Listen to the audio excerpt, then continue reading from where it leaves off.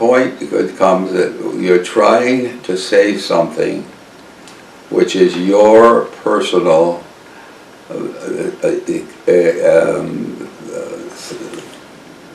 experience about living your life with other people.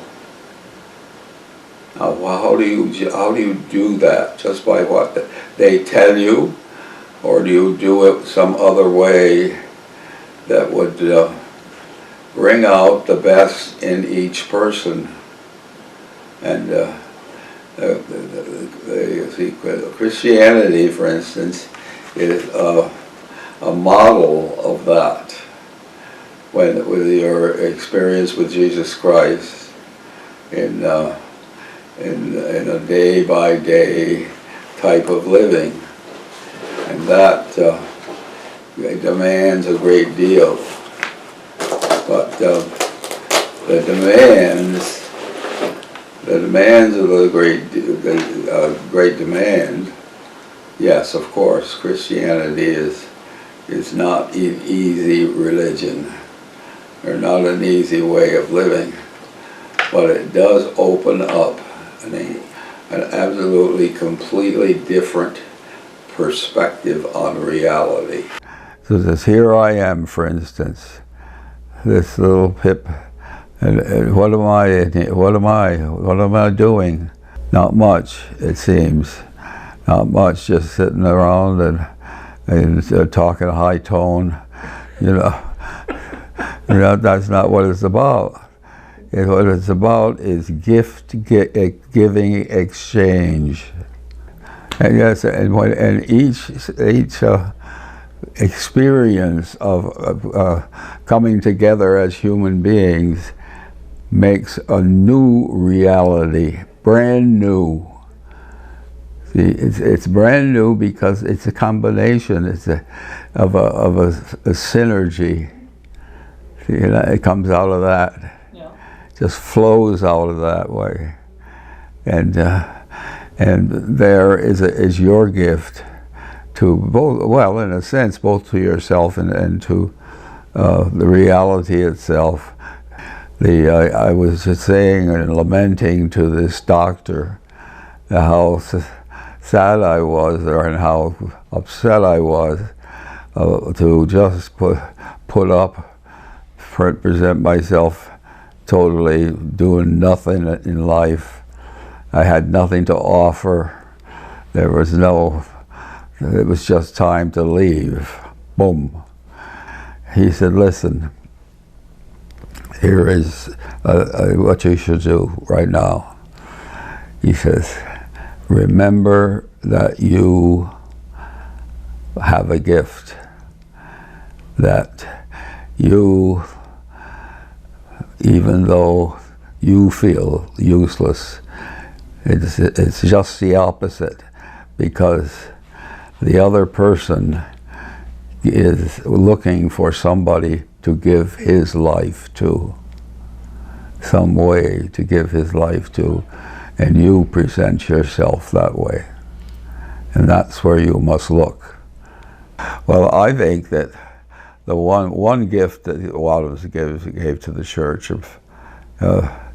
was the gift of an attempt, a serious attempt on our part to create a Christian community.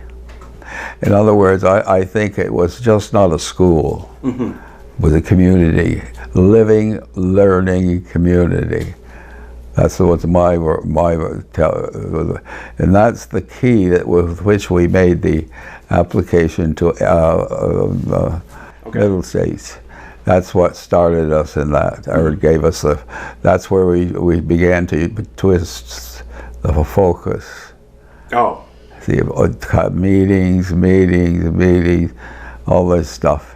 And arguments that a lot of people did not see, but I mean, real arguments that people got mad and it just was not all peaches and cream. The Middle States man that was assigned to us, I forget his name, I wouldn't even remember it in 10,000 years, and he was attracted by that. That type of education, the education that was focused on the gospel of Jesus Christ, on the Mass, and all that kind of living day by day, right with God, so to speak, right with aim already to in focus. It's hard to express that. In constructing and designing the building, and just something as simple as in the cafeteria having round tables. That's right. That's something. Yeah, that's right. So yes, it's small things like that that is part of what you. And we also, we had also a program that they used to go out to the community. Community service program. Yeah. That was a very important part of our whole focus. And it was worked into the curriculum. You see, that sort of thing. Tuesday afternoon. Yeah. You got to smell like the sheep, right? Yeah. Oh yes, those were good days. I loved it. Well, I get the letters I get sometimes. So they have me in tears sometimes. But these are the best years of my life, and this kind of thing. I got one just recently. One thing that I think somehow needs to be worked into this thing too is, what is a vocation? I said, and I have no real answer to that, because it's a very private thing. It's something that goes deep within, if it's a real thing. It's scary, and it's joyful. It's an opening process that brings Christ really and truly there, right on tap for the real thing. So it's not only the family life and so on, all these things, they have their place, but the vocation itself is something beyond the ability to see.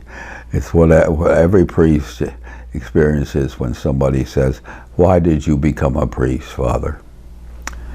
And I said, "I haven't a clue." And it's true. Really? I don't know why I became a priest. I mean, I put to this factor and that factor, living these priests, the people who are in my life and so on. But why? Why did I become this priest? I had no choice, really.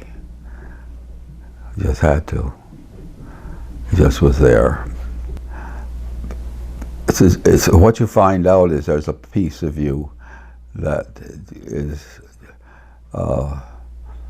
beyond words. And when I say I haven't a clue, I mean it. I don't know why I became a priest.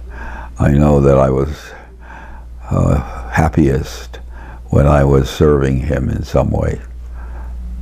And that was enough to keep me going and I never really questioned when I was in the seminary. No. Myself. Never really questioned myself. That was an interesting thing, but as I look back on it, because a lot of people think you're, ready to go. But no, I was just content.